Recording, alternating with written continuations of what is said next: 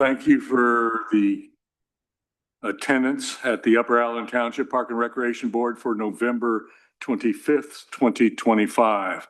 I'd like to ask everyone to rise for the Pledge of Allegiance, please. I pledge allegiance to the flag of the United States of America and to the republic for which it stands, one nation, under God, indivisible, with liberty and justice for all.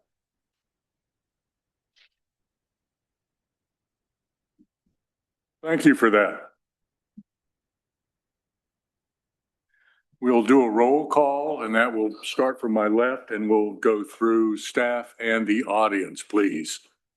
Nick Christie, Dan Harrison. Jeff Williams, Lauren Sanker, Christina Dryden, Alexis Manana. Chad Krebs.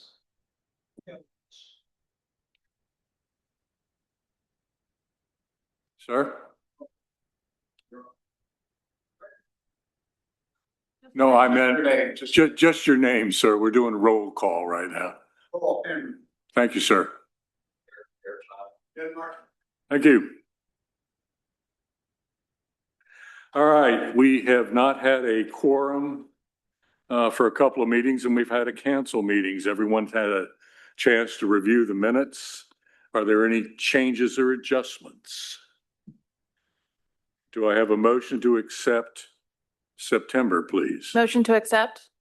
Second, second, all in favor? aye, Opposed? October. Do I have a motion to accept? Motion to accept. second, All in favor? Aye. Opposed? It's a pretty easy job, folks. All right, I have some announcements. Far be it for me to talk and listen to myself, but I think there's a couple people I'd like to recognize tonight for the public record. The first one is a young woman who has stepped into the breach without a township manager, without an assistant township manager, and with the 175th anniversary and Birdtown and all the evening meetings necessary, including tonight, I'd like to thank you, Alexis Manana, for all you do. And I have something for you, which I have done before.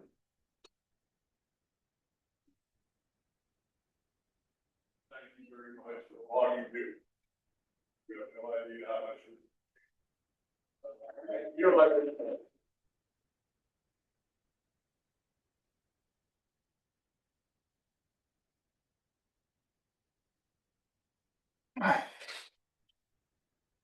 The second comments I have, there's a decent chance we usually cancel our December meeting.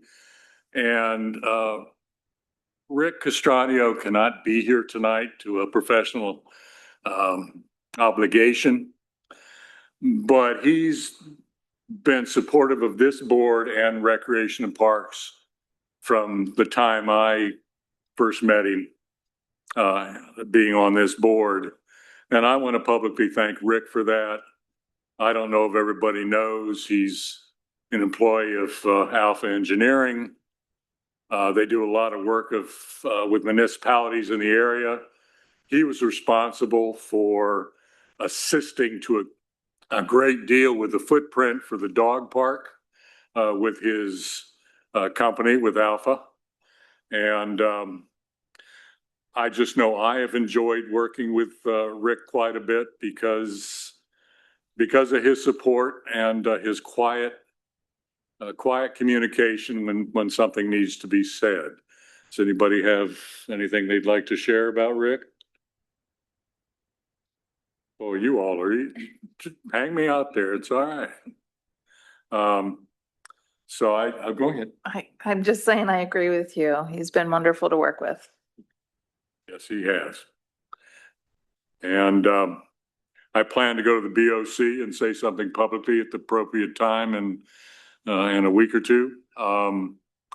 because I feel strongly about it. So thank you, Rick Castranio. I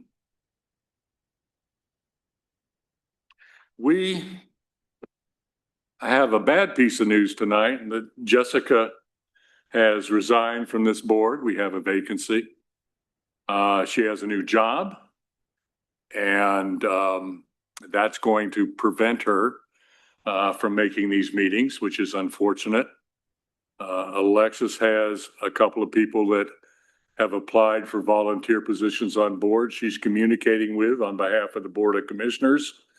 And what I would like to get some agreement on is to probably, since we won't meet in December, postpone this to January, ascertain their interest in this particular board, have a chance for us to review their interest and their application form and their resume, and to invite them to a meeting to kind of see the way we work and basically interview them, and then make a recommendation to the Board of Commissioners. Is everybody in agreement with that? Yes. Well, that was easy. See, I told you, this is an easy group to work with. All right, we have a section for public comments. If there's something that isn't on the agenda that you'd like to come up and share with us, we're right here.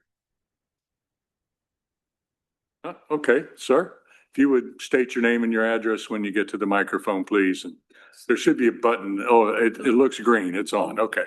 My name's Earl Henry, 924 McCoon Drive in the Winding Hill community. I'm here and ask the park committee to consider the Generations Park is being used somewhat more since it's open. And I probably am there once to twice a week in Generation Park. Good. And this weekend I noticed that the pot and the trash can are gone. And surprisingly, I was kind of surprised about that. So I want to know, what is the policy going to be? Are you going to close the park or not during the winter months? Sir, our parks don't close. Okay. I think I'd ask the park director, do you have a statement on how and why we currently put in and remove porta-johns? Yeah, it's just been our routine guidelines that we remove porta-johns out of the parks over the winter months for not as much use. The trash cans we remove because we don't have staff over the winter to check all the trash cans. So we do keep porta potties at Winding Hill South and Fisher that have restrooms during the season that are closed. But I mean, we're not opposed to keeping more out, just to know that there's budget numbers that come with that. We save, it's about $150 a month to keep a porta potty. So, and we take them out from November to March. All right. So it's about $700 to keep one over the winter. Per month, yep. Comments?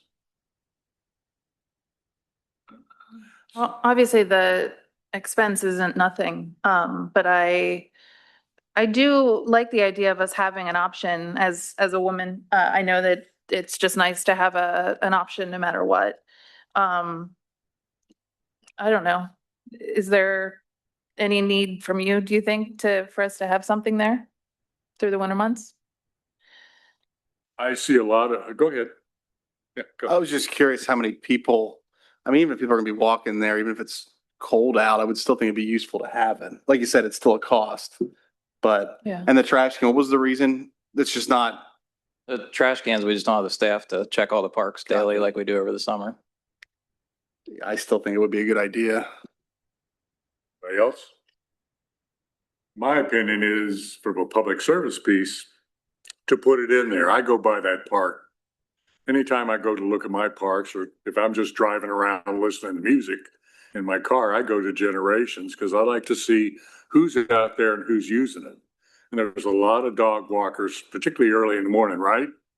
Well, it's now it's any time of the day. Yeah. Mm.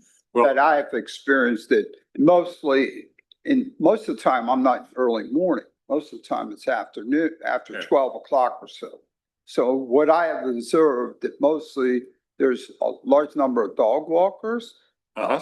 Even cyclists come through. So one in the summer, park his bike.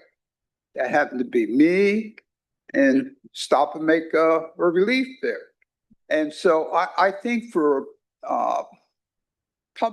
public purposes, and if you're going to keep it open, I would agree with you that it should probably have some facility there because, and to be honest, most of the people that I see walking their dogs are my age. And so I'm with you. we have to relieve ourselves a little more frequently. Well, the dogs get to go. I mean, okay, so you would favor some budget adjustment to Yeah, permit this? I would Because the appreciate it. current budget is not, we haven't approved next year yet, but you have three commissioners here tonight. And you're Yes. speaking to them and they have the money and they're the policy people. So you support a little bit of extra money in there?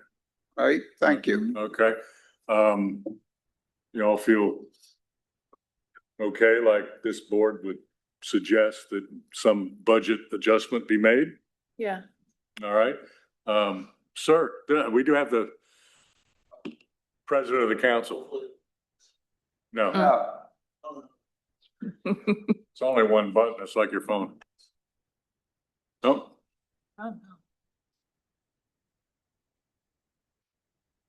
I'd also like to get the budget approved for additional 9-volt batteries. Thank you, Eric. You hang around to do the hard stuff for me, okay? And then, no, I think Mr. Henry has a valid consideration. Some of the other smaller parks are near residential areas or businesses, whatever, but Generations in terms of the acreage, if you go off of East Lisbon Road and you're down toward McCormick, that's a long hike back and forth. So because of the size of that park, I'd certainly be supportive. Yeah, I don't think I'd make it to Lower Allen Township Park to use their facilities.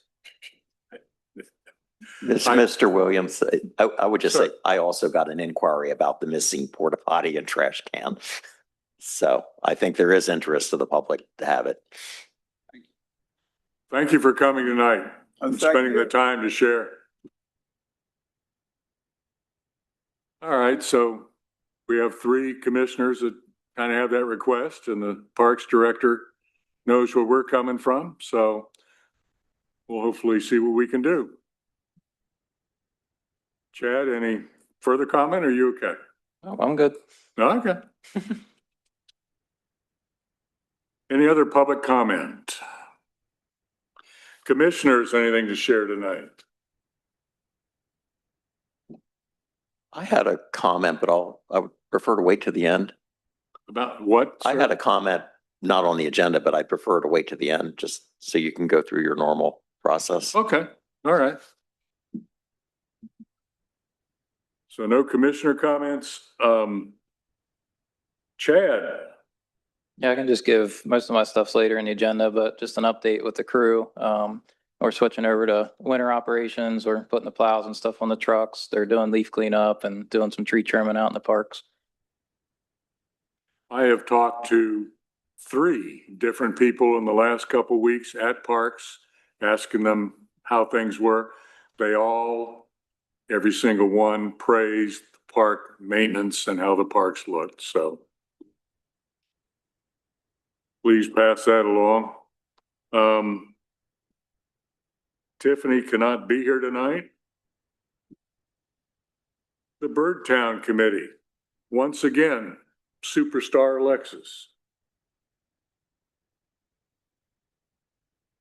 Okay, so I guess I'm gonna go back in time a little bit just because we haven't really had a meeting for a couple months here. So some of you were at the October 11th bird walk at Generations Park. That was really successful. We had exactly how many people I was aiming to have for each walk. People seemed really happy about it. On October 28th, we had the Birds of Prey presentation where we had over 140 people at that, lots of kids, and there were 3 live raptors on display. So that was such a hit that we're gonna do it again on January 14th, 2026. Same time, they're gonna be different birds. So if you didn't make the first one, I highly recommend. It's a cool presentation. It was definitely enjoyable. At Fall Fest, we had a Bird Town table in the history tent, where 20 new people signed up for the email list. The email list is now at 45 people. But our meetings tend to be between like 8 and 10 people actually show up at the meetings. I do have a couple of volunteers that are very, very committed, namely Susan Miller. We are collaborating with Troop 190, which is a local scouting troop, and we're gonna look to doing some projects with them in the spring, including a litter cleanup. They have required service hours, so it kind of is like a great partnership, hopefully. And then the big news right now out of Birdtown is that we are working with an HOA to help them rehabilitate the land on a lot that abuts their land, because right now they're basically breaking weed ordinances. And so they went to the BOC and asked for relief, and the BOC gave them till the spring to come up with a solution. So Birdtown is meeting with the HOA, and we're going to try and help them with planning, like what kind of plantings should go in, how we're going to actually get the weeds out, because there are a bunch of invasive species there. We also are doing a bird of the year for 2026. There's a poll. I've gotten about 80 responses. The bluebird is ahead, the eastern bluebird. But not by much. The cardinal is right behind. So it's neck and neck. And that closes at the end of this year. And yeah, I think that's pretty much it for Bird Town right now. Our next meeting is December 10th at 9 a.m. Oh, and we're offering it via Zoom now too. So for people that can't make the 9 a.m. meeting, they can hop on.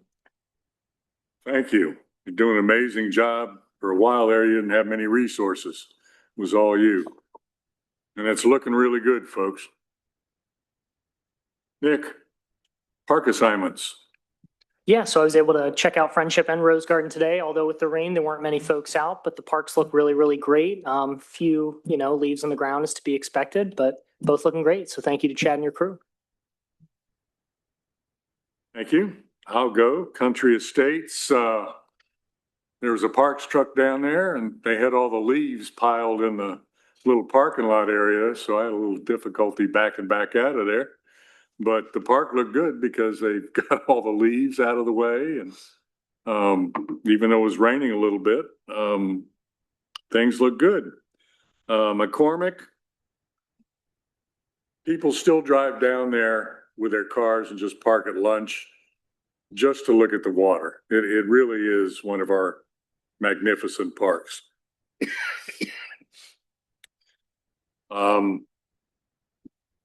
I haven't in the last few weeks seen a whole lot of activity there because we're getting into colder weather.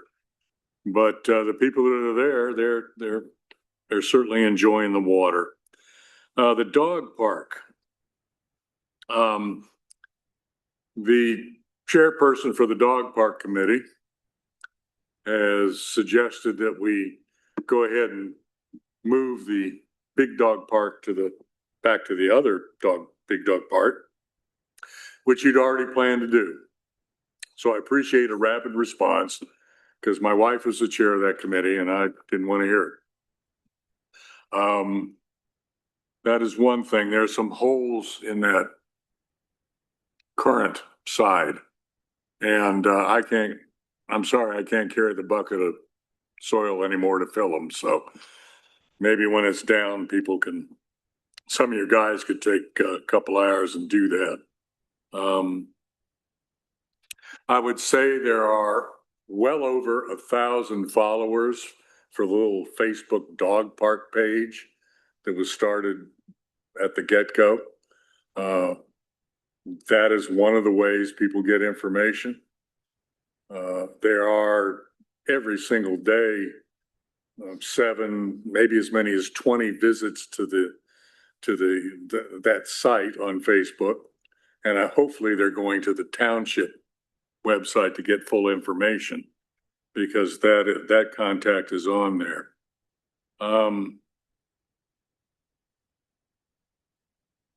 We do have a new member on the dog park committee.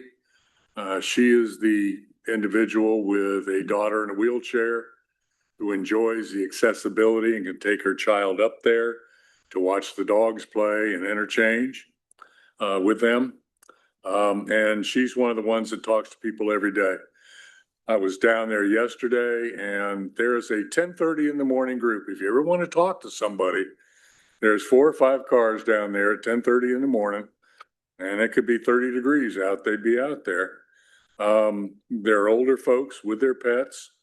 And Mr. Carey, who is not a resident, he's from Shiremanstown, but does not mind paying the fee, and had not nice things to say about some other parks he's been to. But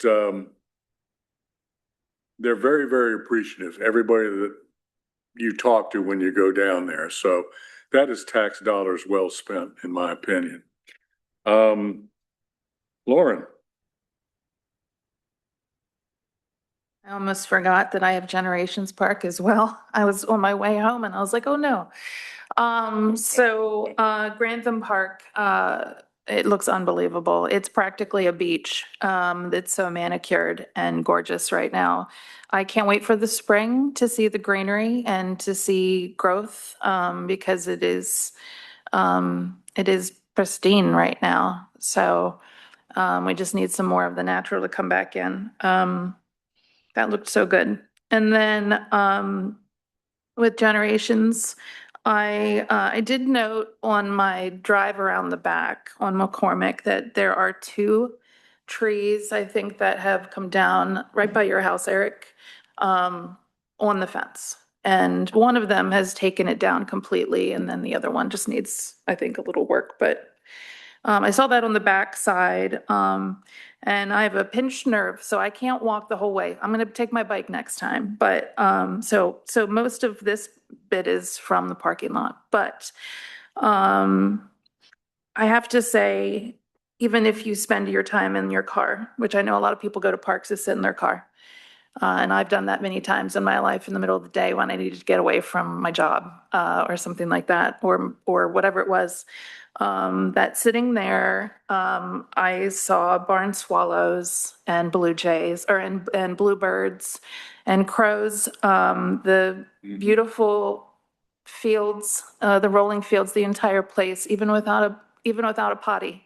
It's a beautiful, beautiful space, public space, that we all get to enjoy. So, that's all I could look at for now, but next time I'll take my bike. Other than that, everything looked so good.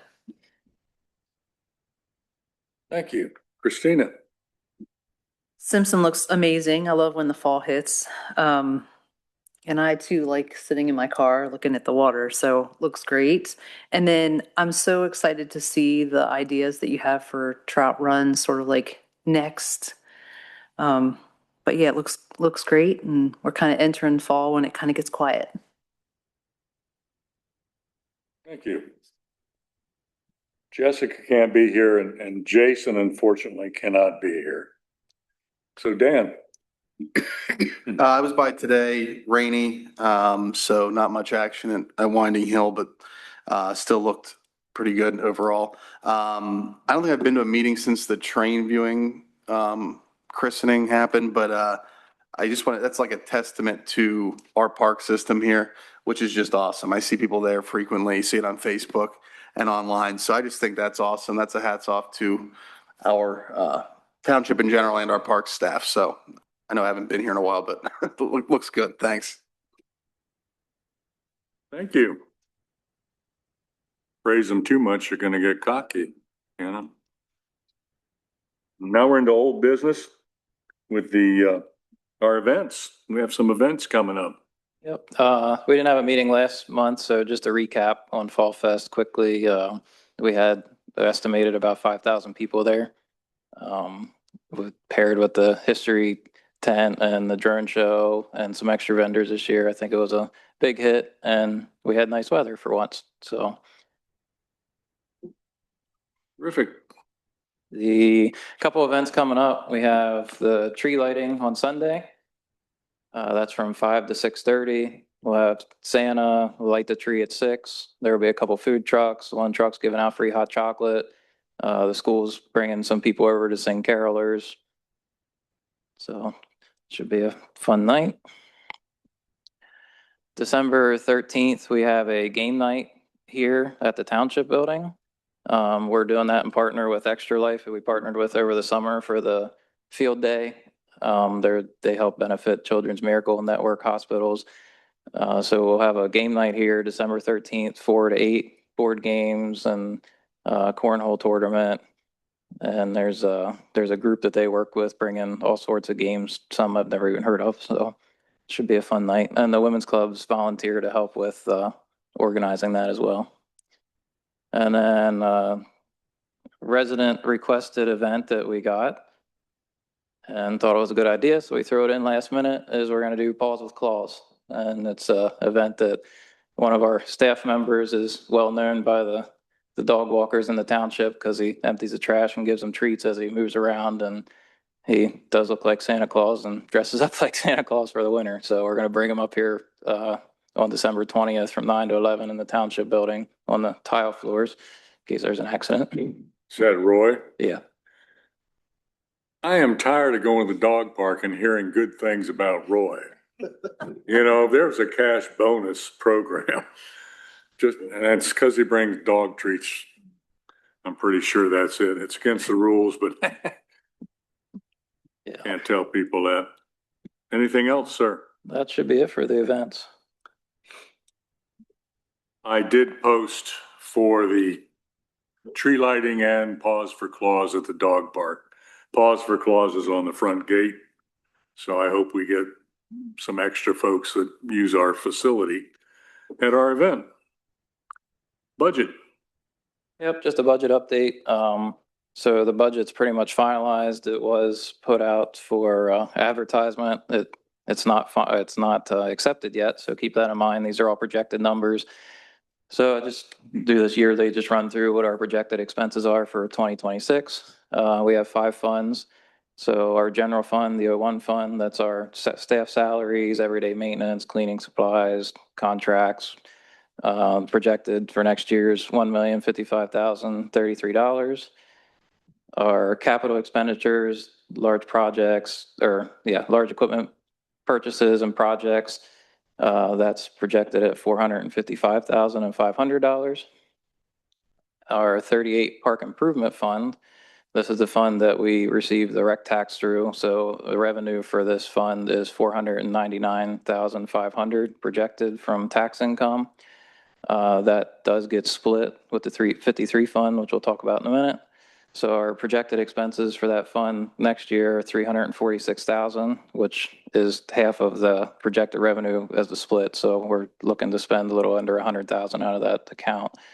And then our projected year-end balance after expenditures of that account is $307,717. And we kind of have that fund set up for future park projects and things of that nature. Our 39 Park Development Fund, which is funded from the rec fees when they put in developments. We saw a decrease over the years from that, obviously, with less development going on. So there's a projected revenue of $47,650 going into that account. We have no projected expenses out of that account next year.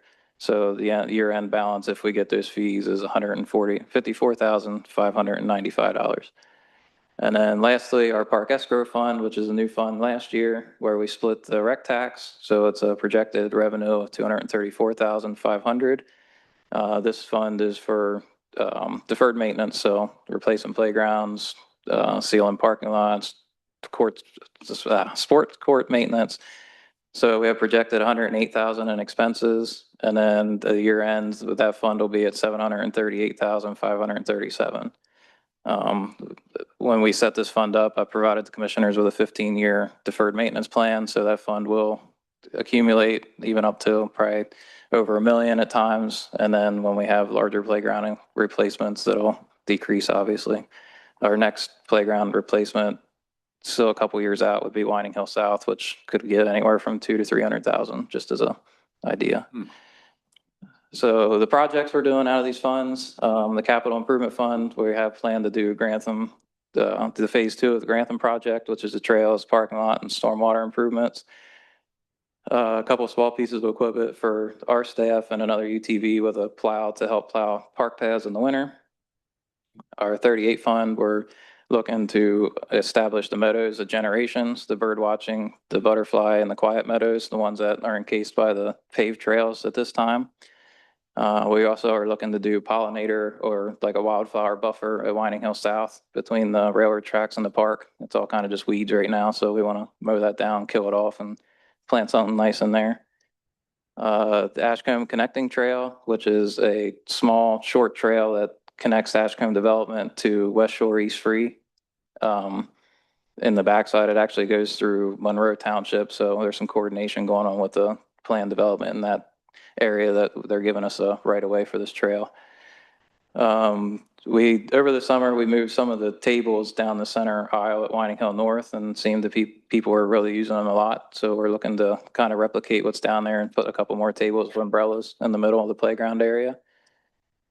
We got the dog park extension, so we're looking to do more permanent shade structures. The ones we threw in were kind of temporary, and we kind of have to replace them every year, basically. So these will be a little more permanent and last longer. And then reoccurring in that fund, we always budget for additional trees, benches, and any fencing that we need to put in or replace.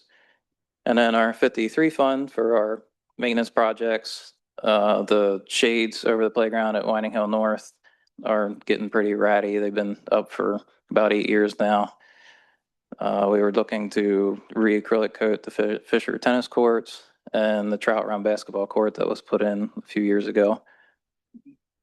At Fisher and Rose Garden, those basketball courts are probably from the 90s, and we've been painting the rims and backboards now, so we want to get them replaced. They're kind of rusting to the point where they're going to fall off.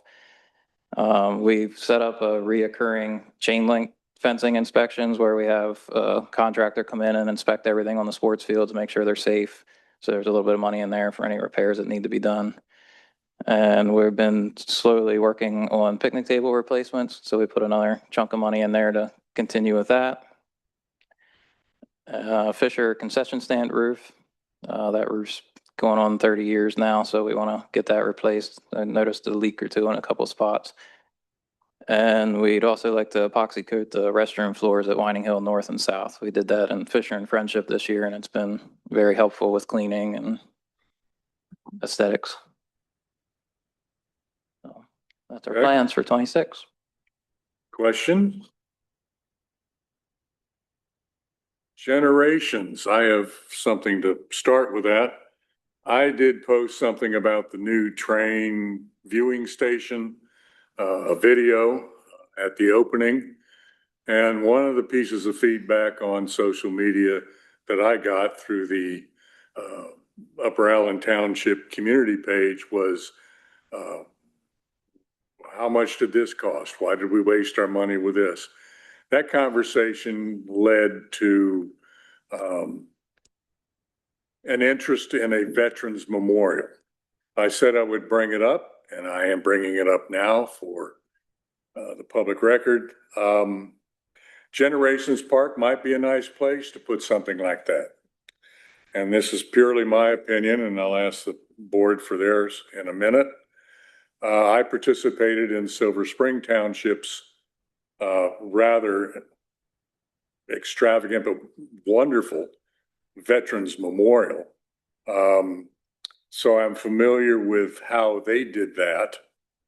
I am personally not in favor of a flagpole with some sponsor bricks around it and a couple of benches.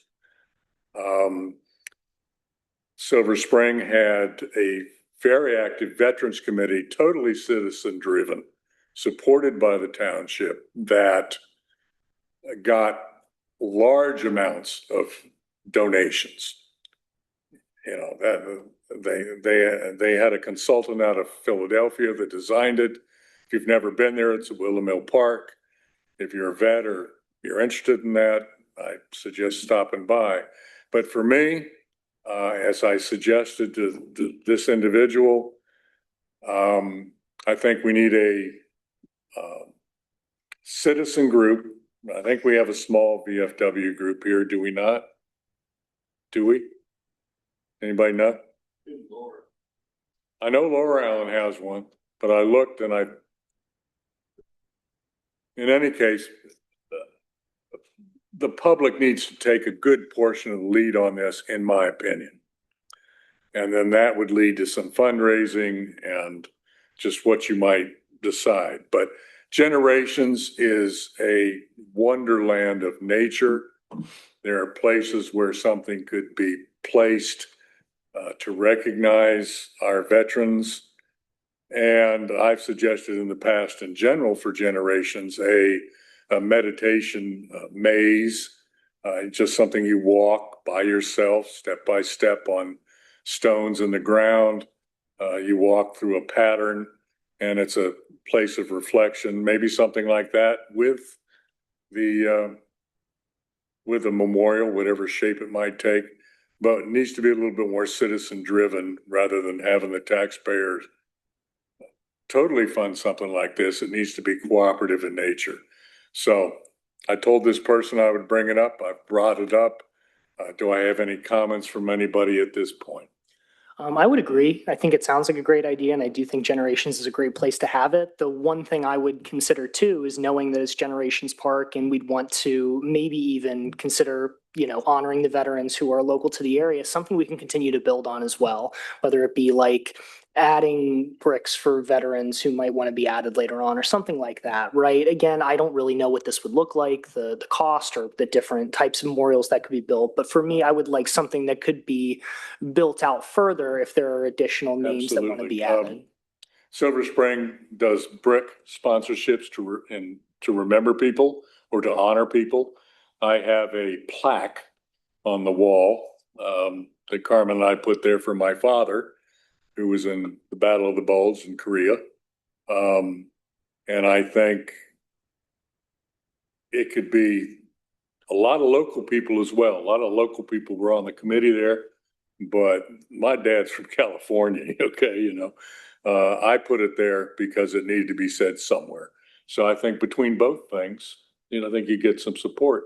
Anybody else have a comment? Okay.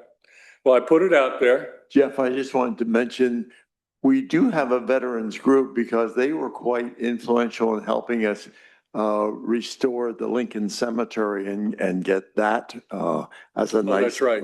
But I'm not sure if that was a Mechanicsburg group that had Upper Allen veterans on it. So we'll try to do some background search on that. Well, we have 3 commissioners here, and it's in the back of your mind. It was brought up to me. I'm a supporter.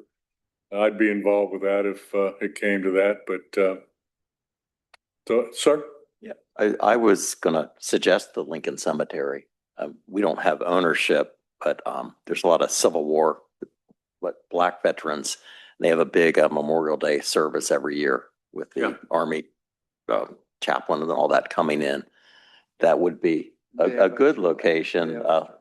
Limited parking. I'm not sure they survive on the cooperation of the landowner. I think is it Mr. Gates' brother or something? So that would be, a possibility. And maybe you all want to check it out sometime. It's on West Winding Hill Road, but it's a really nice area. Thank you. Well, it's out there. I think Generations would be a nice place for it. But some people need to step forward perhaps. So anything else on Generations? Except the Porta-John? I'm sorry, I had my eyes dilated today, so it's a little rough. Pond update for Grantham. Yep. So update for Grantham. I've got a couple pictures to show. This is Grantham last year, probably around this time. So just keep that in mind. Great. We obviously didn't have water getting to the pond, and due to evaporation loss, half the pond was empty, the other half maybe had 2 feet of water in it. So the new pond project, we have 6 feet of water and 8 foot around the pier. The project pretty much finished up a couple weeks ago. It's an 1.5 acre pond. Like I said, we have about 6 to 8 feet of water. I'm working with Fish and Boat right now to work on some type of stocking. They normally don't stock ponds under 5 acres. So we came to an agreement that we're probably going to get adult fish from Pinchot Lake and have them put in the pond possibly this year yet, if not early spring, so they can spawn. So our plan right now would probably be to restrict fishing for a little while until spawning takes place and then do a catch and release. Fish and Boat did offer to help monitor with us until we get to a point where we can allow people to keep fish if that's our intention. The other part of this project, next year, we're looking at about a 1/2 mile trail loop and the parking lot and stormwater improvements. I know our engineer is working on permitting now for that, so we're hoping to get that out to bid, hopefully early in the spring, to get this whole project wrapped up by next summer. The geese are back. Yes, they're back in full force. So, I know I've had communication with a number of people that used to fish there, want to fish there again, and they're looking forward to it. And now that it's accessible, that's a big plus. Thank you. I know it comes in an expense, but there's private nurseries and stuff, right? You can- Yeah, we're gonna look into that too if we Yeah. need to. We're gonna see what Fish and Boat offer us first, and What would they bring, bass or? bass and sunnies, yeah. Nice, okay. Yeah, the goal was to get a little deeper on the pond, but we didn't get to the depths that we wanted to because of hitting shale. So we were not sure if trout would survive in there or not. Uh-huh. I know Fish and Boat aren't interested in giving us trout because they don't want to compete with the Yellow Breeches stocking program. Oh, yeah. So not saying we can't buy our own. So, anything else on that? You've revised the permit app, make it simpler? Yeah, Cleaner, yes and no. cleaner. So Eddie went through the permit application. I did send you guys a copy. Nothing changed as far as what we're requesting from the groups, fees, our conditions. Basically, it was a 7-page document because we had all the ordinances and everything listed and asked for some information now that we have software that we don't really need anymore. So basically, he took the ordinances, put them on a QR code. Again, the fees, the groups. I know we had conversations about resident youth organizations and tournament fees. I think we really got that nailed down this year. We're all on the same page as far as if they want our help, they're going to pay for it, and they pay for the extra materials we use for those large events. But yeah, other than that, like I said, nothing's really changing. It's just pretty much formatting. So. Okay. All right, accessibility in Yellow Breeches Creek. With that wonderful grant that we have and all that money, with no match, in kind or cash. Yep. So just a recap on this subject. Thomas Kutz's office wrote us for a grant for $100,000 for accessibility to the Yellow Breeches. They wrote this grant when we purchased Generations. We're going on 3 years now having this money. Obviously, we sold the lot to Generations because creek access really wasn't going to make sense down there. We still are allowed to use the money for some type of creek access, but we need to figure out what we're doing or we're going to lose the money. So we had a conversation with DCNR. We basically told them we were going to try to bring it to you guys, try to get a decision, try to get one from the BOC, and try to get them an answer by the end of the year so that they don't reprogram this money and we lose it. So some of the options that I'm going to recap some of the things that we talked about over the last couple of years here, and then we can discuss any other options that may make sense. So one of the options that we discussed was doing ADA kayak launches, and we discussed doing one of these smaller ones at McCormick and Simpson as an option. Between these two, we would be at the $100,000 mark. The plan was to give a point to get in and a point to get out with kayaking. I know it's a very short run, so it may not quite make sense to do that, but that was our only option at the time. We had recommendations to look at Lower Allen. We did look at Lower Allen. Their banks are close to 8 feet high, and without using their existing ramp, I don't see how we would make it possible down there, or using all grant money to make it work. I approached Messiah University, too many Messiahs. Messiah University, while they loved the project, they weren't super interested because with public money, they would have to leave it accessible all year round, and they're not open to doing that. They want to be able to close their parking lots when they have large events. So they kindly declined us doing it there. We do have other opportunities with future developments down the road, and it's still a possibility, but I don't see anything coming with that for a couple years. And one of those is the Banzoff property up near the end of the township by Rose Garden.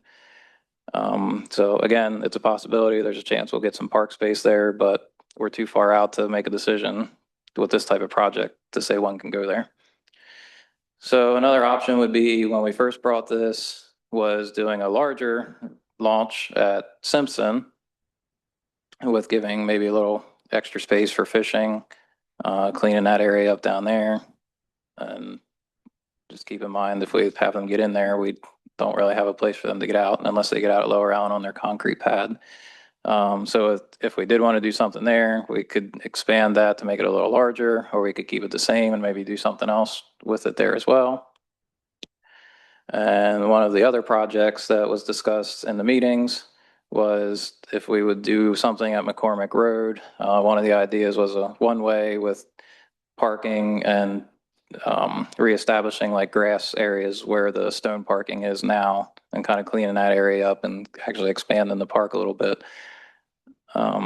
Again, these are three things that we talked about over the last few months or year or so.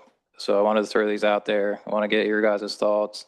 I'm sure some of the people in the audience would have some input, and I'd like to try to get some type of motion that we can move forward with some type of project. Well, I loved how accessible that the metal version of that was when we had originally looked at that. I think you, in your presentation, so many more people that could use that than, for example, that cement that I guess Lower Allen uses. So I really love that style. I think that is really great. Any other thoughts? Sure. Was going to get you at some point. We have what you shared with us. Would you like to come to the mic, please? If you know, I think it makes sense for me to go now while we're having a discussion, if that's all right. That way it's part of the discussion of. Sure. That's right. Sure. Thank you. I'm easy. Bill Walsh, 443 McCormick Road. Apologize, I'm getting over a cold, losing my voice. So, sure. I'm fairly familiar with both the one-way concept plan and also have looked into the ADA compliant launches as well. And I would like to suggest that there's another option, which in this case might be more suitable for our immediate needs with regards to creek access. I've left in front of each of you a series of photographs. I should have thought to bring a flash drive, but I didn't. That's all right. So my concern about the ADA boat launches, as they've been described, is in particular at the McCormick Park location. And I've spoken on this on a number of occasions, both here and at the Board of Commissioners meetings. My concerns there are, first of all, from what I've read, most of these things are on lakes. There are a number of these on moving water, but most of them are by far and away on lakes. The ones that I've seen video clips on moving water typically are in pretty well protected areas. And when they show the effects of flooding on these, they're not in channel flow. They're in protected areas off to the side like an eddy. And the effects on the ADA compliant ramps are simply the movement of water up and down, not necessarily the channel flow that's ripping by. So at McCormick Park, we've got a couple of things going on. First of all, it's a designated scenic river at the state level. I believe it's also in the Upper Island Township ordinance as a scenic river overlay. It's obviously McCormick Park, and it's also in an historic district. So the other thing to keep in mind is I live at McCormick Park. It is literally across the road in my front yard. So I've had I parked there today. I'm watching you. Yeah, I figured you would be. You were the guy with binoculars, Yeah, right? not that bad. No.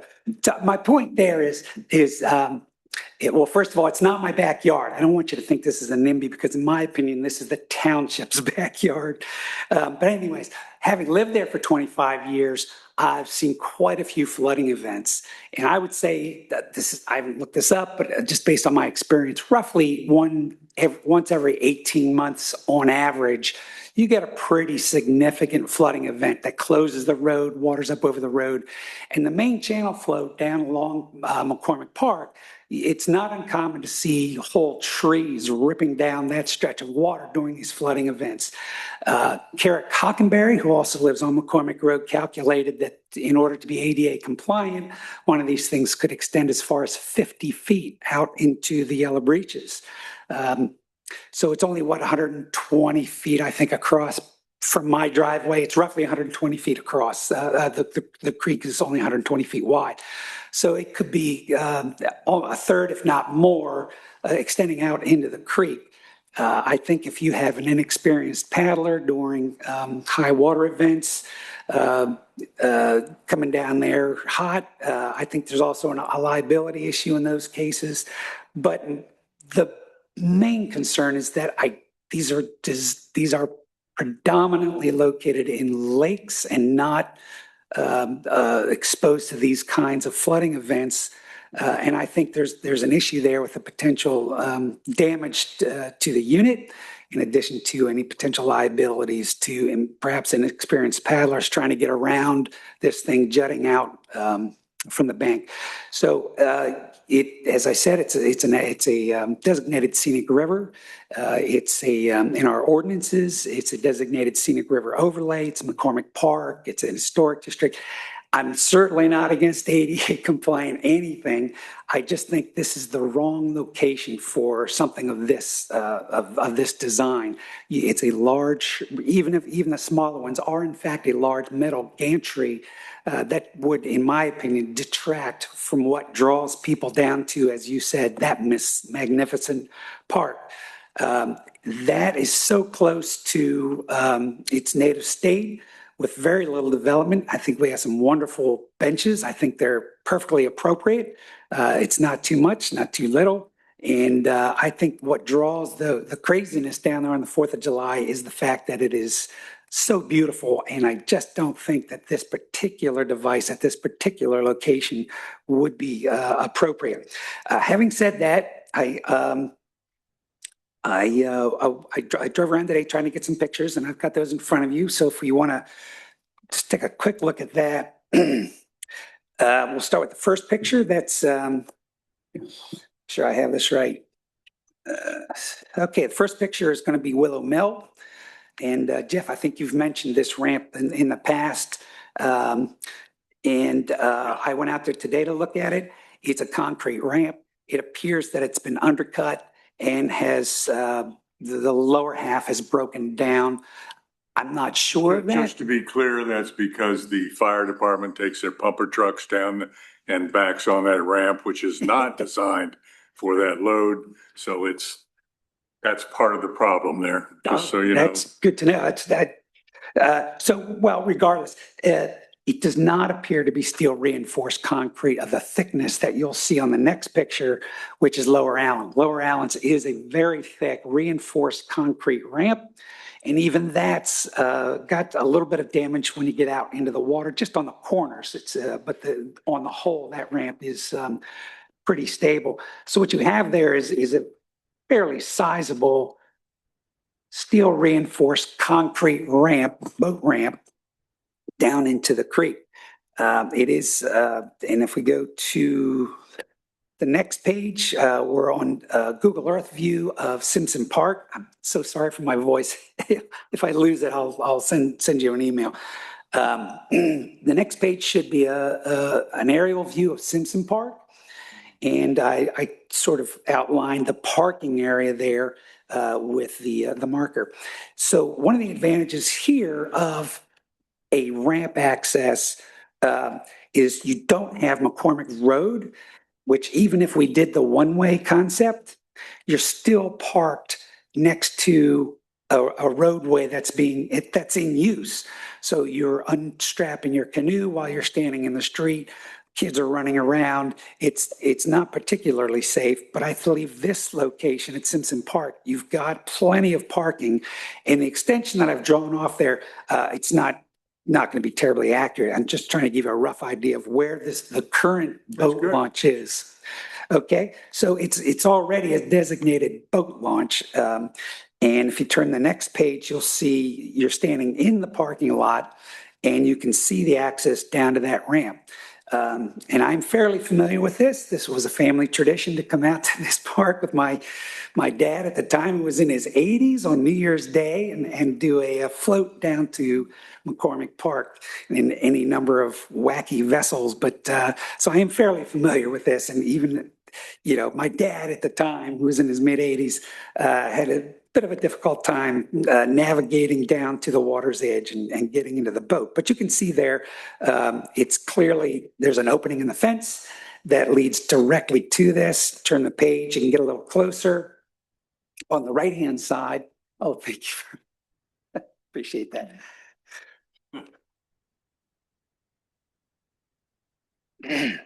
Okay. You're doing great. You got it. On the right-hand side, you'll see there's a narrower opening, which I believe is where most of the individuals would take their boats.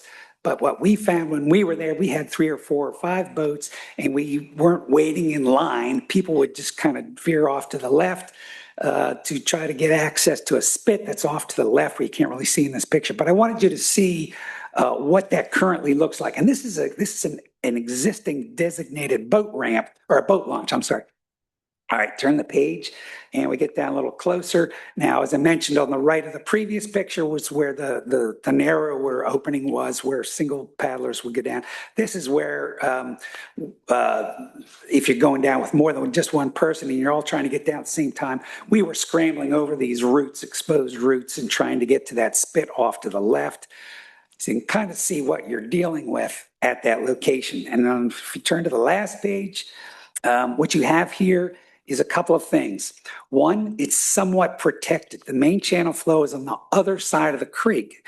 So this is somewhat protected in that your main channel flows, where most of the energy is going to be spent, is on the other side of the creek. Also, I'm not a big fan of pouring concrete all over the place, but this might not be inappropriate given that the view is what you're looking at there, and that is a massive concrete bridge. So it's not like it hasn't already been compromised in terms of scenic beauty, if you will. So I don't know that a ramp of some sort at this location would be inappropriate at all.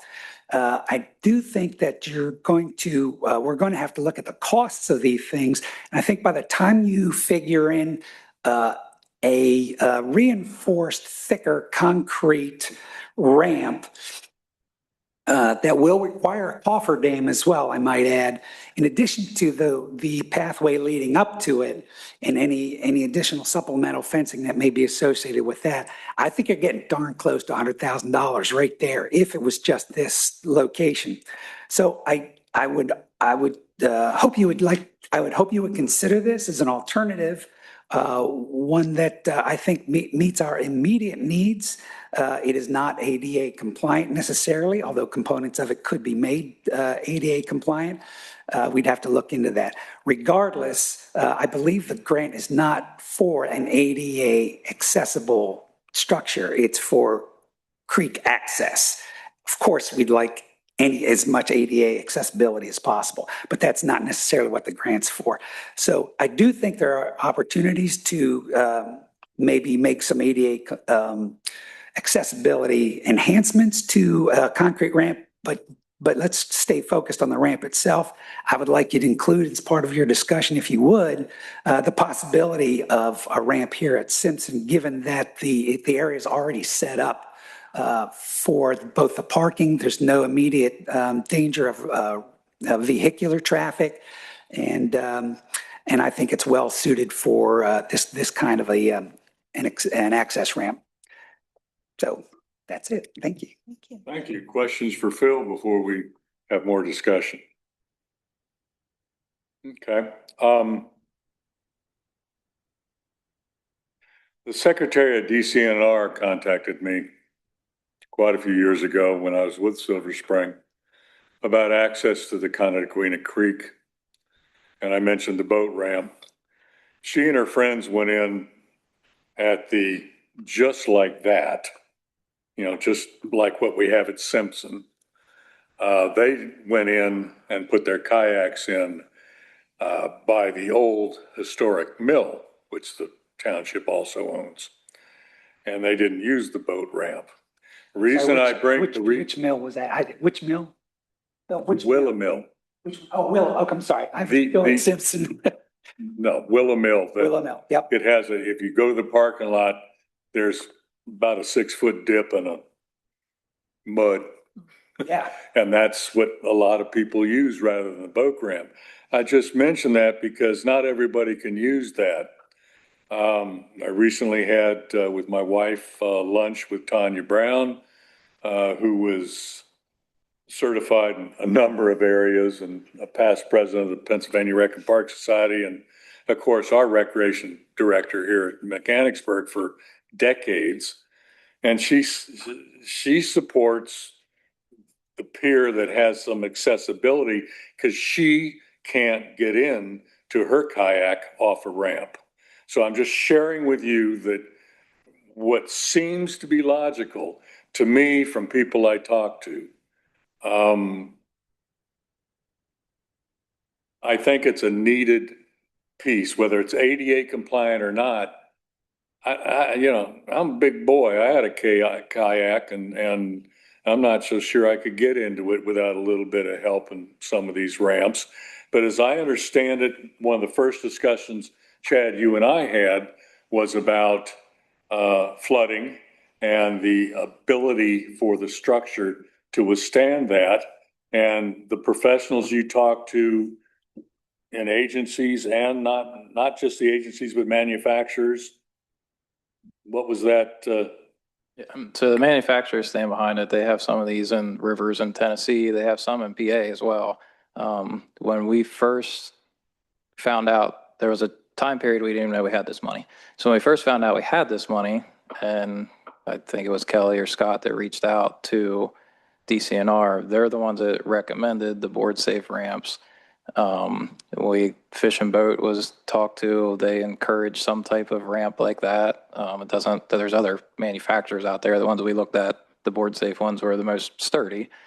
They have elevation to rise and fall up to 10 feet either way. They're cabled in, so they said they can take the hits of trees. I don't disagree with Phil how McCormick is set up versus Simpson. I mean, Simpson does have pockets that it would be out of the channel flow. But just since I'm speaking now, the small ones that are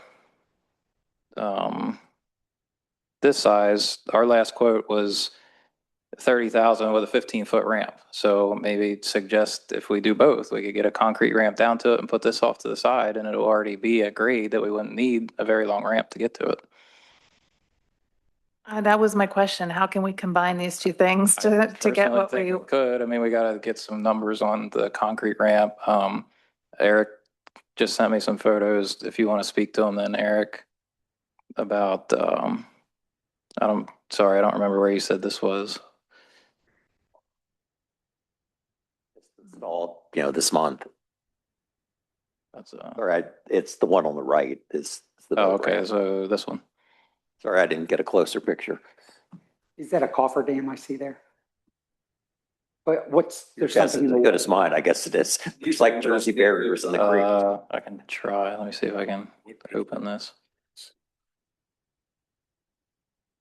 And Lower Allen and Creekwood On Park. the email, It's by I-83. It goes underneath the Beacon Hill then. That's where that wooden boardwalk leads. I just happened to be walking down there and wondering what they've been doing lately, and that was it. So the parking is right, there's a parking lot they added too. I'll agree that my girlfriends and I love to go kayaking, and we're in our mid-40s, and it can be difficult to get in and out. Just like there's nothing wrong with me, I want to say, but like it's hard, and the point is to get in and do the thing and exercise. So I would love to serve both needs, but I don't know what that looks like.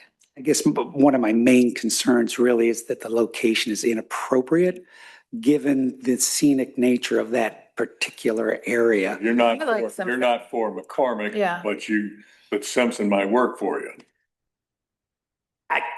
I'm not for McCormick. It's better.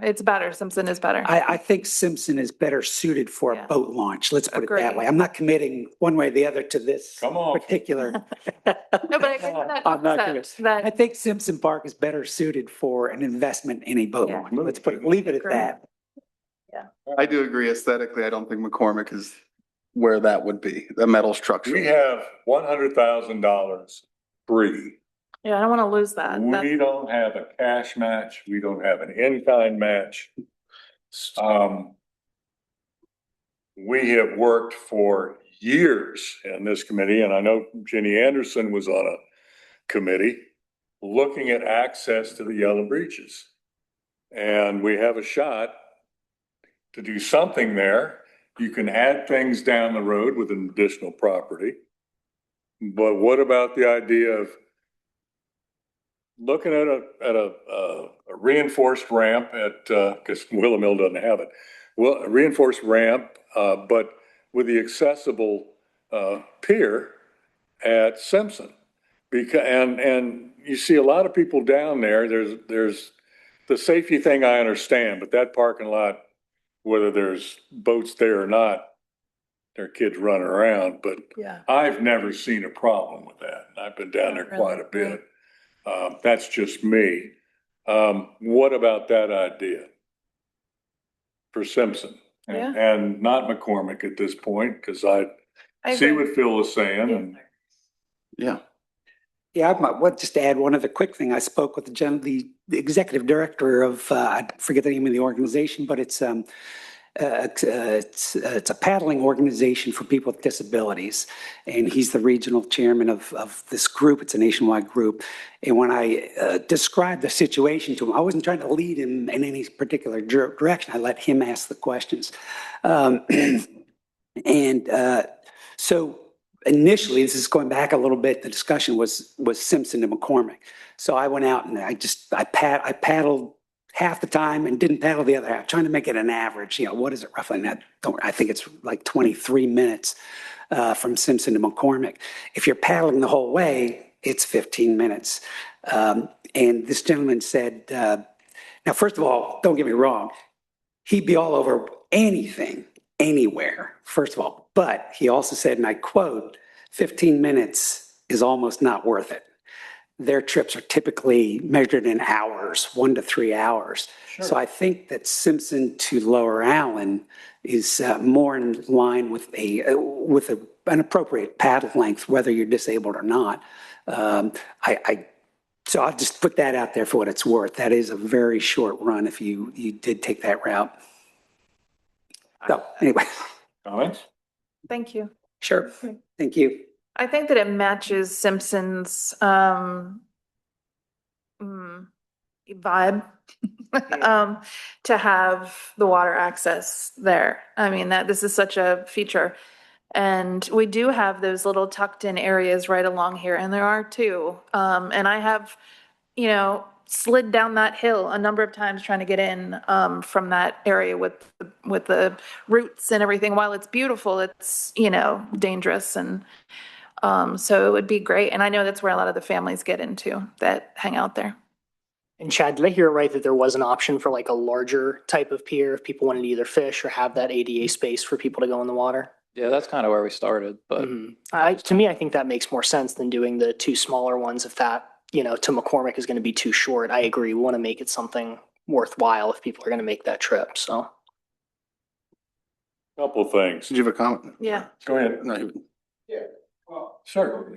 Yes. Yeah, please, because it's recorded and you're on camera and we know where to find you. I'm sorry. Again, Earl Henry, 924 Maccoon Drive.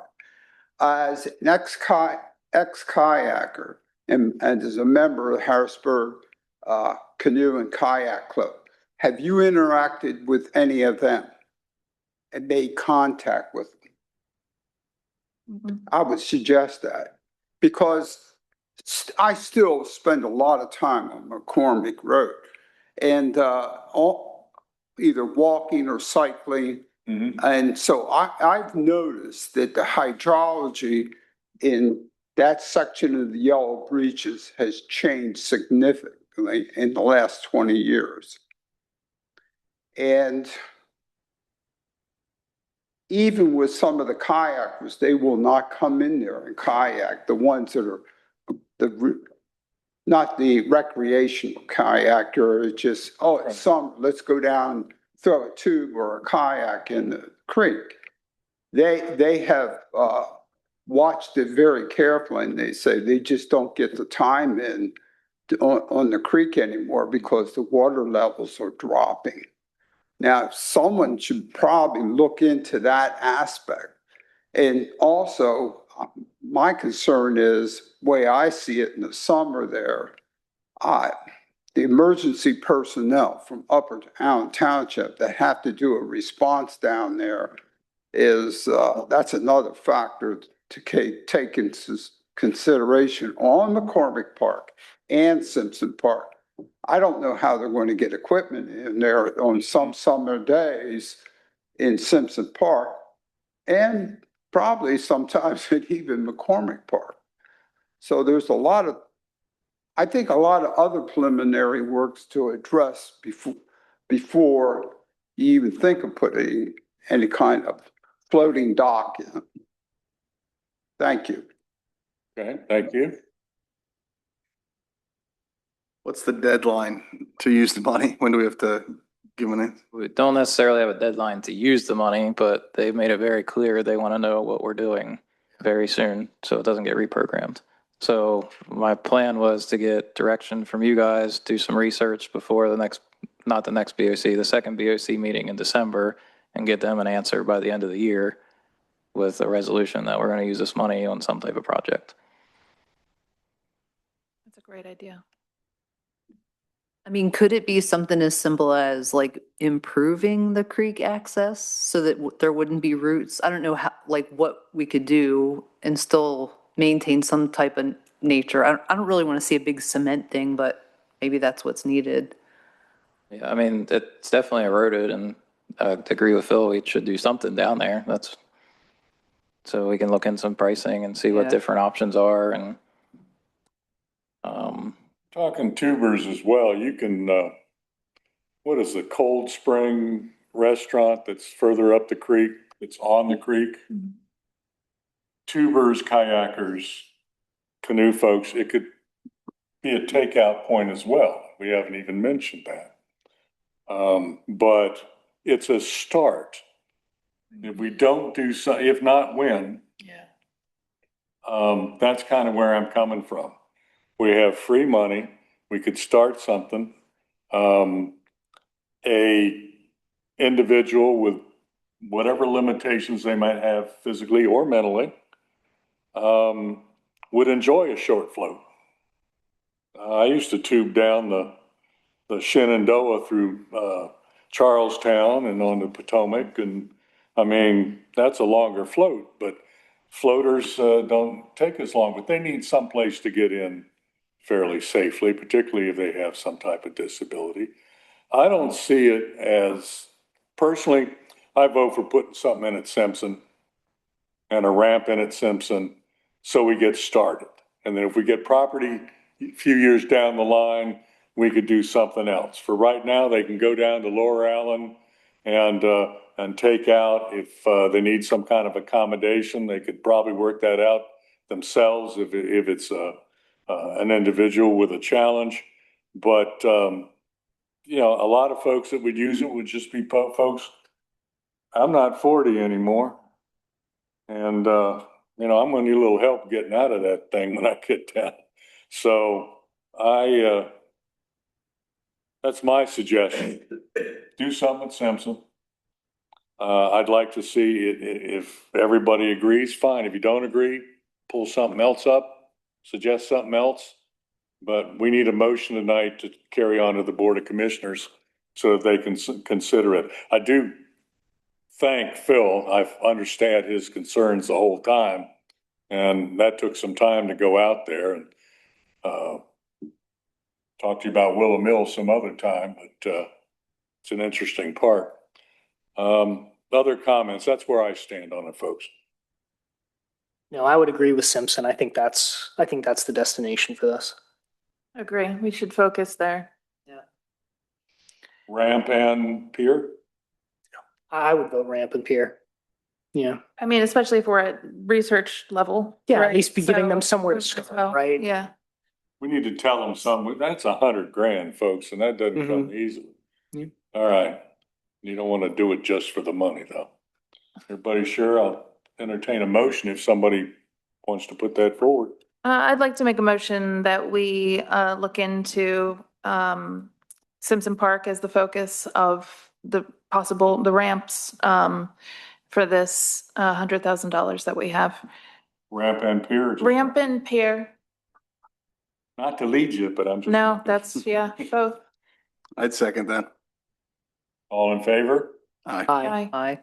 Additional discussion? Anything else, Phil? You need to say anything else? Well, it's a microphone for you. It's kind of waiting for you to throw your hand in the air for something.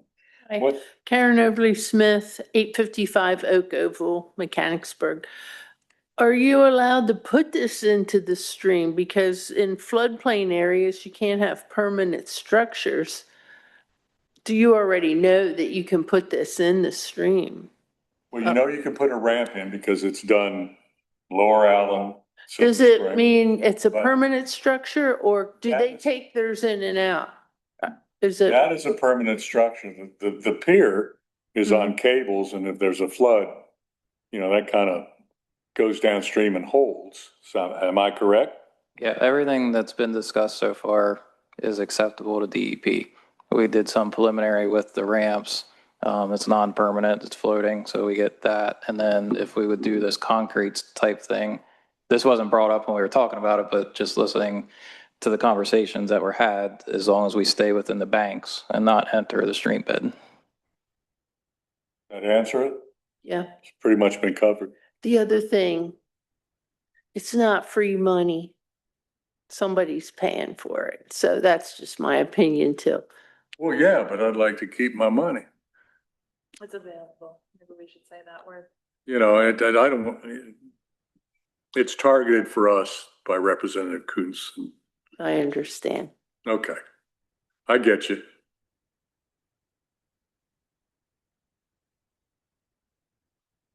All right, we have a motion that's been seconded and approved.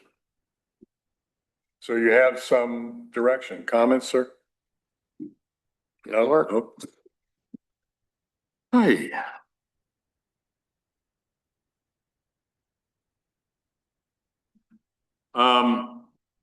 There is something under new business that is under discussion for at least a year and a half. When I was thinking about it and talking to Carmen, my wife, we've talked about boardwalks and accessibility down in the Trout Run area. So that's not on the agenda, and I'm sure it'll come up again. But I'm going to bring it up tonight because there's been discussions, not with this board, but about that. And I had something in the township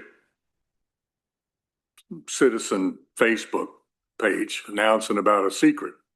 And it is a secret, very lovely walk down the grass pathway that Parks has created behind the Trout Run Park.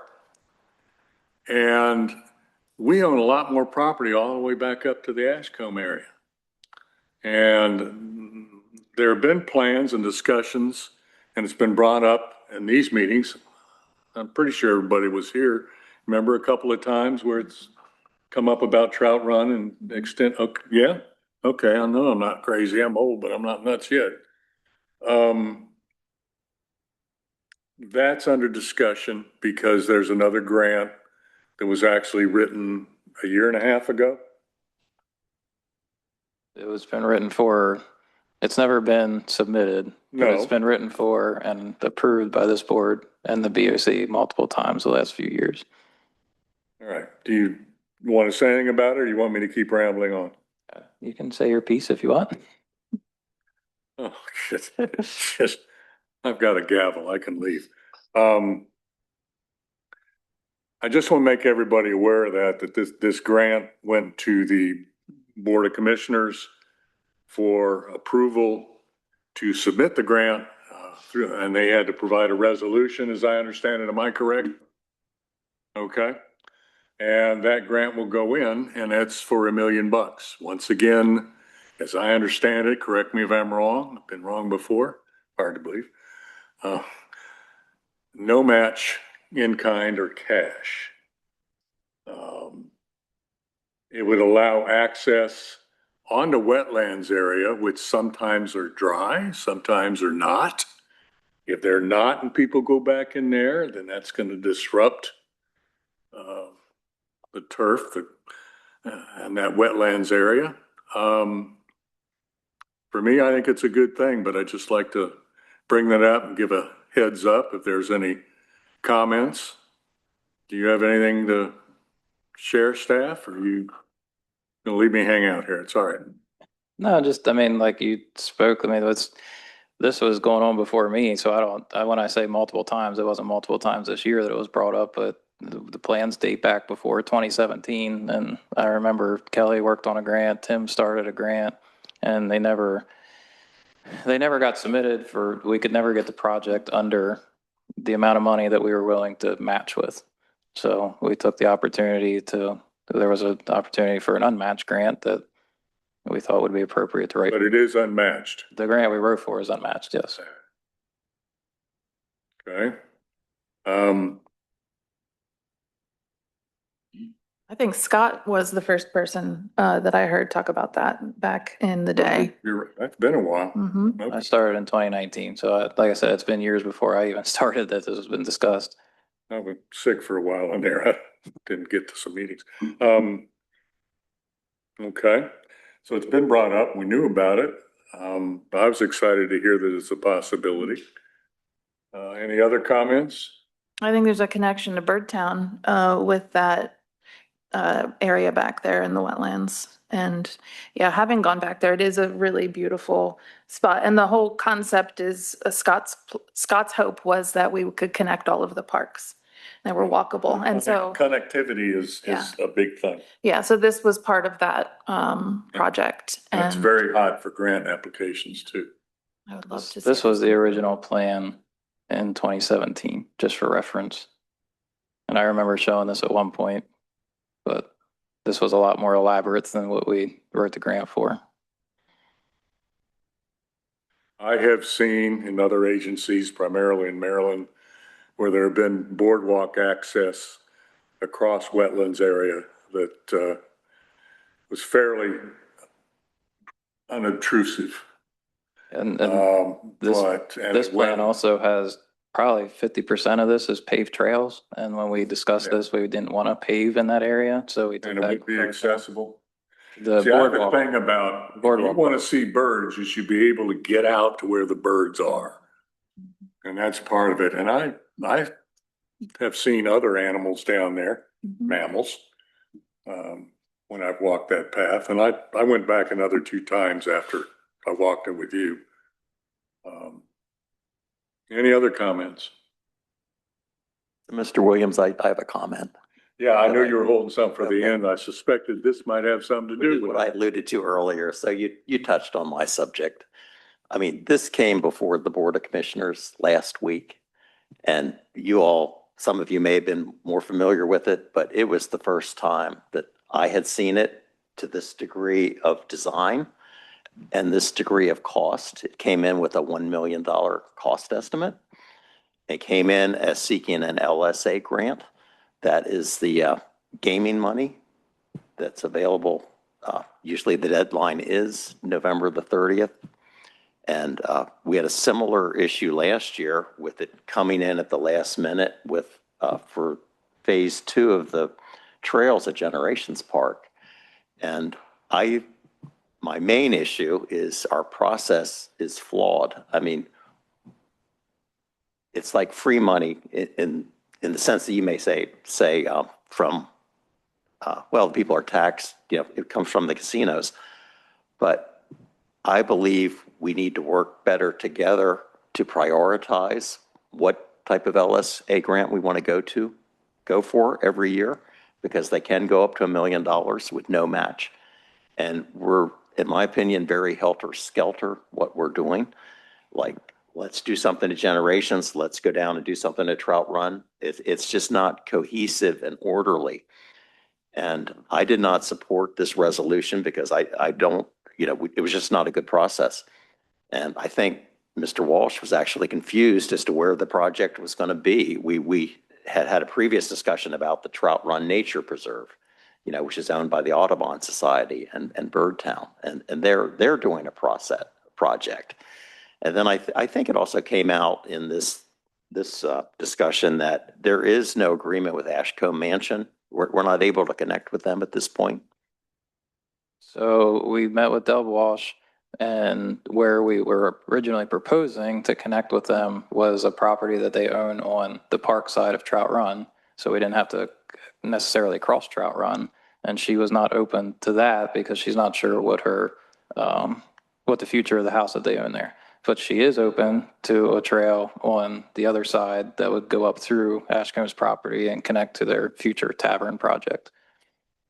Okay, that, it wasn't clear last week, but I do think we want to be able to connect up to the Trout Run Nature Preserve at some point.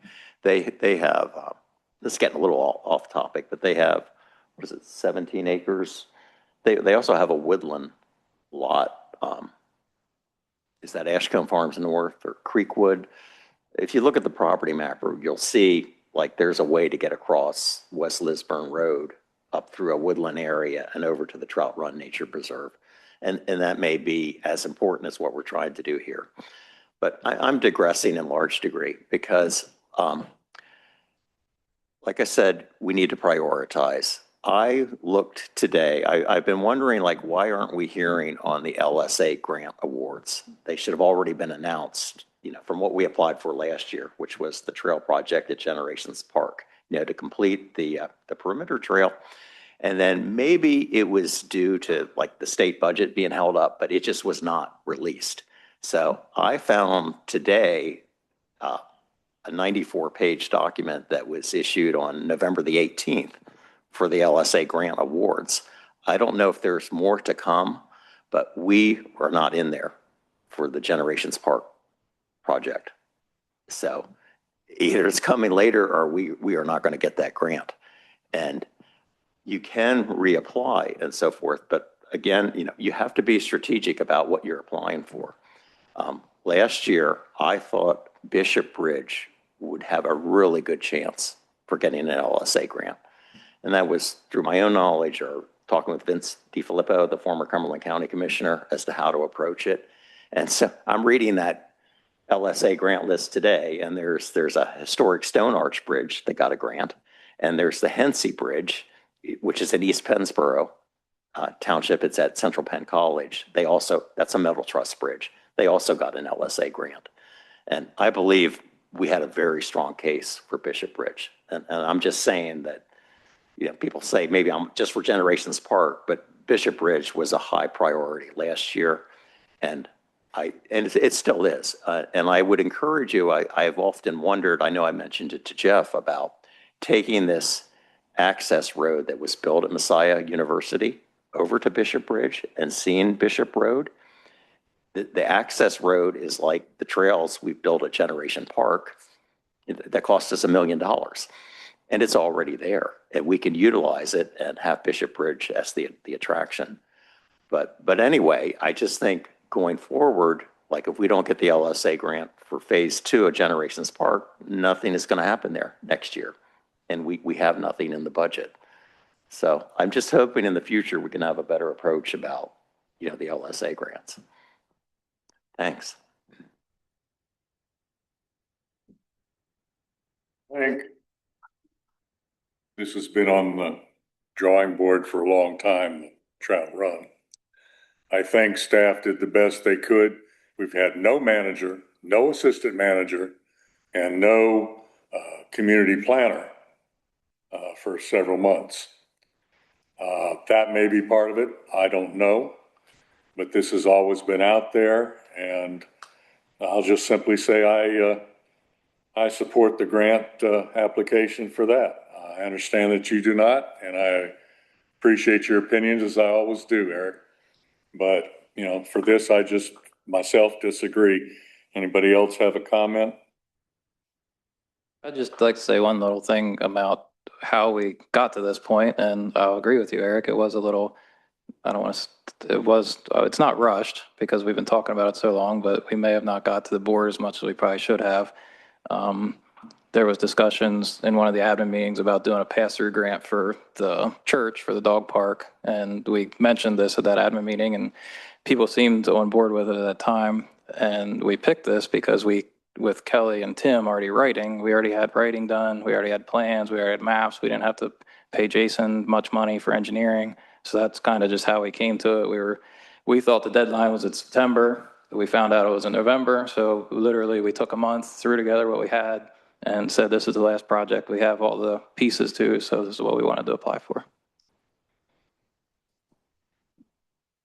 All right. Anybody have anything else to I share? think in your defense, Chad, it was probably like a shovel-ready project. Remember, that was the big term a few years ago.